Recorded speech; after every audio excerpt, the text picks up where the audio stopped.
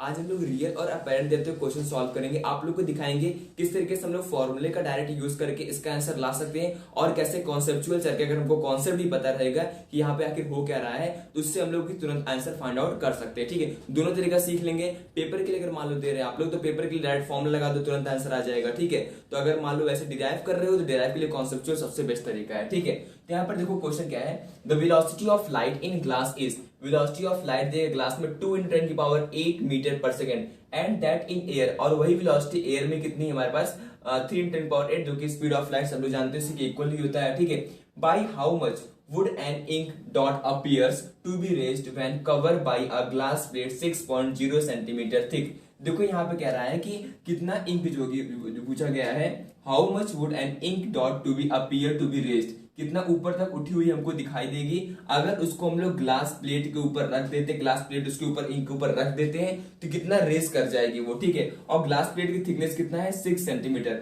इसको थोड़ा समझते हैं क्या कह रहा है। मान लो हमारे पास ये एक ग्लास प्लेट थी जो कि हमारे पास है 6 सेंटीमीटर की। ठीक है, तो यहाँ पे कह रहा है नीचे मान लेते हैं यहाँ पर एक डॉट रखा गया है, तो डॉट कितना ऊपर आ जाएगा, मान लेते हैं डॉट निकल उठ करके यहाँ पे हमको दिखाई देगा, ऐसा ही दिखाई देगा बिकॉज ऑफ रिफ्रैक्शन। ठीक है, तो ये क्या होती है, ये पूरी होती है हमारी रियल डेप्थ।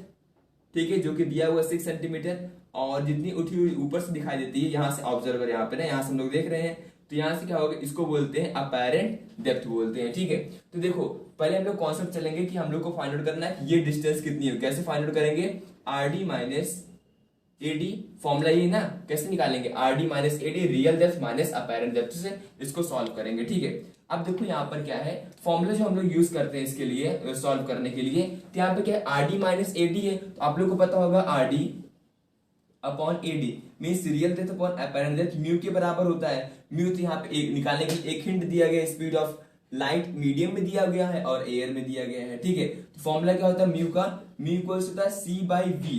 सी मतलब स्पीड ऑफ लाइट कितना दिया गया क्वेश्चन में देख लो 3 × 10⁸, और ये दिया गया 2 × 10⁸। तो यहाँ पे ये तो कट गया आपस में, ये कितना आ जाएगा 1.5 मीन्स रिफ्लेक्टिव इंडेक्स निकल के आता है 1.5। यहाँ पे रख देंगे और मुझे फाइंड आउट क्या करना है, आरडी तो मुझे पता है 6 सेंटीमीटर है, एडी फाइंड आउट कर लेते हैं यहाँ से।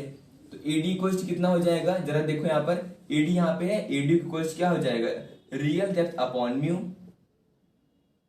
क्या हो जाएगा रियल डेप्थ अपॉन म्यू। तो रियल डेप्थ हमारे पास कितना है 6 सेंटीमीटर का है और म्यू कितना 1.5, पॉइंट यहां से था यहाँ पे 0 बढ़ गया, 15 4 से कितना होता है 60, तो एडी की वैल्यू कितनी आ गई 60 आ गई, मींस अपैरेंट डेप्थ कितनी आ गई 4 सेंटीमीटर। एडी की वैल्यू कितनी आ गई 4 सेंटीमीटर, रियल 6 सेंटीमीटर थी, अपैरेंट जो ऊपर से दिखाई दे रही है ये 4 सेंटीमीटर। अब पूछा गया कितना रेस कर जाएगी, ये डिस्टेंस कितना हो जाएगा 6 - 4 इक्वल्स आ जाएगा 2 सेंटीमीटर। यहाँ तक ना कई बच्चे क्या होते हैं यहाँ पे 4 करके चले आते हैं, लेकिन नहीं, यहाँ पे कह रहा है कितना रेज हुई, कितना हो जाएगा 2 सेंटीमीटर। अब देखो इसी चीज को हम लोग इतना ना करने की बजाय एक फॉर्मूला अप्लाई करते हैं, क्या होता है D equals to T 1 - 1 by mu. Formula क्या होता है इसका, D equals to T 1 - 1 by mu. ठीक है, बस D क्या है हमारे पास, यहाँ पे जान जाओ, ये थिकनेस होती है, इसी को हम बोलते हैं T। ठीक है, ठीक है, आरडी को ही बोलते हैं हम लोग, जो यहाँ पे थिकनेस है।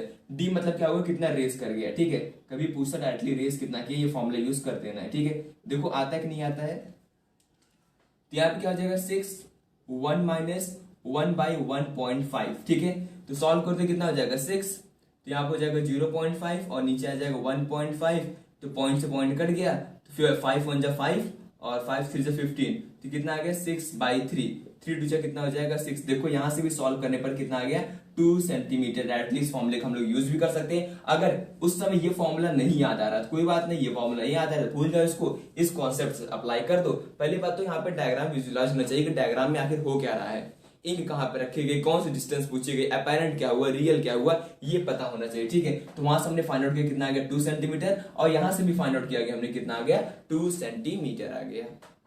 अब जो हम अगला क्वेश्चन लाए इसको हम लोग डायरेक्टली जो भी फॉर्मूला हमने बताया था D equals T1 - 1 by mu से ही सॉल्व करेंगे। ठीक है, अब देखो यहाँ पे क्वेश्चन क्या है, a mark is made at the bottom of the beaker. एक बीकर है, उसके बॉटम पे एक मार्क बना दिया गया है, and microscope is focused on it, microscope उस पर फोकस कर दिया गया। ठीक है, microscope is raise through 1.5 centimetre को रेज कर देगा माइक्रोस्कोप के, to what height water must be poured in the beaker to bring the mark again into focus for a water mu equals to, देखो यहाँ पर देखो म्यू फॉर वाटर दिया गया 4/3 दिया गया। अब देखो क्वेश्चन को ध्यान समझेंगे, यहाँ पर बीकर है, ठीक है, तो बीकर के नीचे एक पॉइंट मार्क कर दिया गया और यहां से मान लेते हैं यहाँ पर माइक्रोस्कोप फिक्स कर दिया गया इस पॉइंट से, ठीक है। अब कह रहा है माइक्रोस्कोप का हमने क्या किया, रेस कर दिया, कितना ऊपर रेस कर दिया 1.5 सेंटीमीटर हमने इसको रेस करके ऊपर कर दिया। तो कहा गया कितना वाटर इसके अंदर डाला जाए जिससे वापस से ये अपना फोकस मेंटेन कर दे। यहाँ पे वाटर डालेंगे अपैरेंट शिफ्टिंग होगी, अपैरेंट शिफ्ट होने के बाद नीचे वाला पॉइंट हल्का सा ऊपर आएगा तो वापस से फिर से फोकस मेंटेन हो जाएगा। तो वही पूछ रहे हैं कितनी हाइट तक यहाँ पर वाटर प्योर किया जाए, ठीक है, वाटर यहाँ पर पोर्ड किया जाए, डाला जाए। अब यहाँ पे देखो पहले यहाँ पे डिस्टेंस ये थी, अब डिस्टेंस चेंज हो गई ना, यहाँ पे 1.5 सेंटीमीटर ऊपर शिफ्ट कर दिया गया।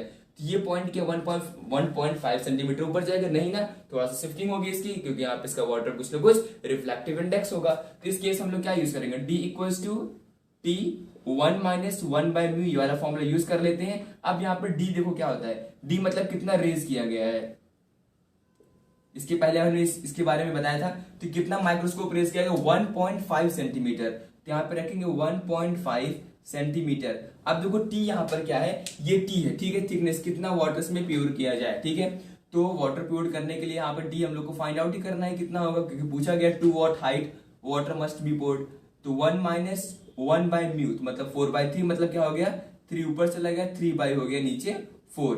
तो सॉल्व कर देते हैं 1.5 इक्वल्स टू टी 4 माइनस 3/4, तो कितना हो जाएगा 1.5 इक्वल्स टू टी 1/4। तो टी यहां से कितना निकल के आ जाएगा 6.0, मतलब 6 सेंटीमीटर आ जाएगा, ठीक है।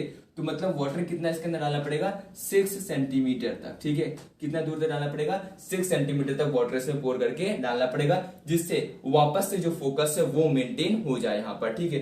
तब यहाँ पर देखो आप लोग को क्या करना है, एक होमवर्क है, इसको कॉन्सेप्ट से सॉल्व करना है, ठीक है। ये फॉर्मूला नहीं यूज करना है जो हमने बताया था, क्या बताया था, real depth minus apparent depth का फॉर्मूला यूज करके हमने बताया था कैसे सॉल्व कर सकते हो उससे, कि RD/μ लगा करके, ठीक है। तो वही सेम फॉर्मूला यहाँ पे यूज करके मुझे बताना है कि कैसे ये आया, आप लोग का आया या फिर नहीं आया, ठीक है। तो कॉन्सेप्ट चलेंगे, कोई भी फॉर्मूला जो होगा चाहे जैसा भी फॉर्मूला वो कॉन्सेप्ट से ही बना है, तो इससे थोड़ा हम लोग का जो होगा जो नॉलेज है वो बढ़ जाएगा, ठीक है। कि अगर ऐसे टाइप का और भी क्वेश्चन हमको मिलता है तो हम लोग को अगर फॉर्मूला नहीं भी याद आ रहा है तो कॉन्सेप्ट उसको सॉल्व कर सकते हैं। अब एक और क्वेश्चन लोग रियल और अपैरेंट डेप्थ सॉल्व करेंगे, तो बहुत ही आसान सा क्वेश्चन है, ठीक है। तो देखते क्वेश्चन है कि हमारे पास the real depth of an object at the bottom of tank filled with a liquid of refractive index 1.3 is 7 centimetre. देखो यहाँ पर कह रहा है कि जो अपैरेंट डेप्थ है वो दिया गया है 7 centimetre, what is the actual depth, कहने का मतलब रियल डेप्थ पूछा गया है और एक्चुअल यहाँ पर रियल डेप्थ, यहाँ पे क्या एक्चुअल डेप्थ पूछा गया है और अपैरेंट डेप्थ दिया हुआ है, ठीक है। तो फॉर्मूला क्या होता है, म्यू इक्वल्स टू